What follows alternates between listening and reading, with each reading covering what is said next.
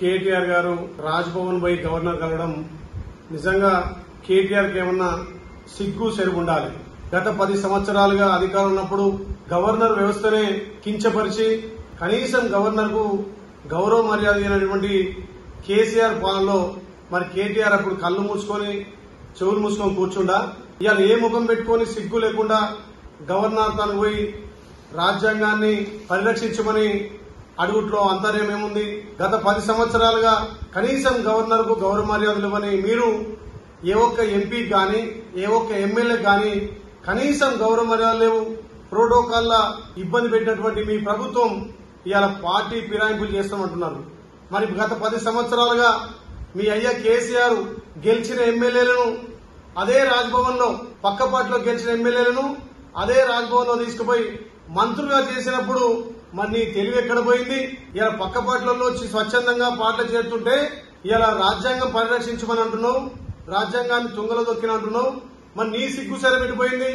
ఇలా స్వచ్ఛందంగా చేరుతున్నారు. ఆ రోజు మా కాంగ్రెస్ పార్టీలో చేరినటువంటి పక్కపాట్లో గెలిచినటువంటి ఎమ్మెల్యేలను తీసుకుపోయి మీ అయ్యా మంత్రిగా చేసినప్పుడు నీ తెలివి ఎక్కడ పోయింది? కనీసం మీ 10 ఏళ్ల పాలనలో ఏనాడైనా మీరు గవర్నర్ ను గౌరవించిరా? రాజ్యాంగాన్ని కించపరిచింది మీ అయ్య కేసీఆర్. ఇలా హైదరాబాద్ ను మీరు డ్యామేజ్ చేసిరు. హైదరాబాద్ లో ఈ గెలిచిన 7 నెలల్లో లా అండ్ ఆర్డర్ గాని అన్ని విధాలు కూడా ఎంతో చక్కగా ప్రజలు నిమ్మలంగా ఉంటే హైదరాబాద్ ప్రజలు మళ్ళొక్కసారి అలజడి సృష్టించాలని చెప్పి కేటీఆర్ మాటలు ఏ రకంగా ఉన్నాయో తెలంగాణ ప్రజలు గమనిస్తున్నారు. గతంలో మీరు చేర్చుకుంటూ ఎమ్మెల్యేలు చేస్తేనేమో రాజ్యాంగ పరిరక్షణ, ఇవాళ వాళ్ళు స్వచ్ఛందంగా వచ్చి చేస్తేనేమో ధిక్కారమా? ఇదే నా కేటీఆర్ నైతిక విలువలు ఉన్నటువంటి రాజకీయాలు. గతంలో ఏనాడు మాట్లాడిన నువ్వు ఇవాళ రాజ్యాంగ పరిరక్షణ గురించి మాట్లాడుతున్నావు.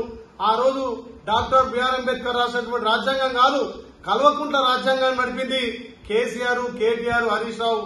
ఇవాళ మరి సన్నాయి నొక్కులు నొక్కుతున్నటువంటి కేటీఆర్ కు సిగ్గు శరం ఉండాలి. ఒక దళిత బిడ్డ సీతక్కను కనీసం ప్రగతి భవన్ కూడా మీరు అపాయింట్మెంట్ ఇయ్యలే. ఒక గద్దర్ను 3 గంటలు ఇలా ప్రజాభవన్ ను పోకుండా కూర్చోబెట్టి ఇలా సెక్రటరీ పోకుండా కూర్చోబెట్టిన ఘనత మీ అయ్యా కేసీఆర్ ది. ఇవాళ మీరు మళ్ళా ప్రజాస్వామ్యాన్ని రక్షించాలంటున్నారు. ఏ రోజైతే మీరు తెలంగాణ ఉద్యమకారులు, నిరుద్యోగులు, యువకులతో ఏర్పడినటువంటి తెలంగాణలో కనీసం ఆ తెలంగాణ యువకులను పట్టించుకున్న పాపాన పోలేదు. ప్రభుత్వం వచ్చిన 90 రోజులనే మా గౌరవ ముఖ్యమంత్రి 30,000 ఉద్యోగాలు ఇచ్చి ఇలా మెగా డిఎస్ చేయబోతున్నాడు. అదే విధంగా ఇలా గ్రూప్ 1, గ్రూప్ 2 కూడా వెసులుబాటు ఇచ్చి టైం ఇచ్చినటువంటి ప్రభుత్వం గౌరవ ముఖ్యమంత్రి రేవంత్ రెడ్డి ప్రభుత్వం. ఇలా దొంగ మాటలు మాట్లాడి ప్రభుత్వం అధికారం పోయిన తర్వాత ఏ రకంగా సొంపు లేకుండా ఇలా ఇంకా మేము అధికారం ఉన్నట్టుగా ఏ ముఖం పెట్టుకుని రాజ్భవన్ పోయి మాట్లాడుతున్నాం. కేటీఆర్ తెలంగాణ ప్రజలు మిమ్మల్ని చీకొట్టి అసెంబ్లీలో ఇటు పార్లమెంట్ లో డిపాజిట్ రాకుండా ఓడగొట్టిన సిగ్గు శరం లేకుండా ఇలా రాజ్భవన్ పోయి గవర్నర్ కలుసును. మరి గవర్నర్ ను గతంలో ఏ రకంగా మీరు ఇబ్బంది పెట్టిరు? గవర్నర్ ఏ రకంగా ప్రోటోకాల్ విషయంలో గాని కనీసం ప్రభుత్వంలో భాగస్వామి చేయకుండా మళ్లీ రాజ్భవన్ ఏ ముఖం పెట్టుకుని మెట్లెక్కినమో ఇలా కేటీఆర్ మేము అడుగుతున్నాం. గతంలో మీరు ఇలా గెలిచినటువంటి వేరే పార్టీలకు గెలిచినటువంటి ఎమ్మెల్యేలను ఇలా లొంగపరుచుకొని ప్రలోభ పెట్టి కేసులు పెట్టి వేల కోట్ల ఆశలు చేర్చుకున్నారు.